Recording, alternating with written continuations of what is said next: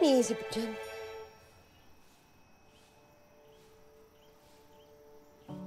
Kasi naiisip ko yung mag-ina. Si Gloria at saka si Nino.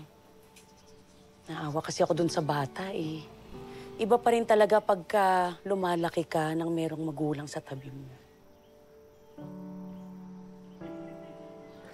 Ako naawa ko kay Aling Gloria. Mahirap talaga maging magulang, no? Alam mo, nito ko lang sila nakilala, pero ramdam na ramdam mo talaga yung pagmamahal ni Aling Gloria sa anak niya.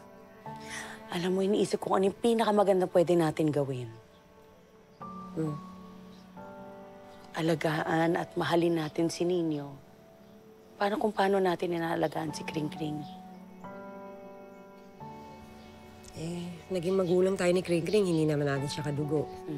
Kaya alam ko talaga na kaya nating alagaan, tanggapin at mahalin si Nino tulad ng paano nating minahal sa I love it.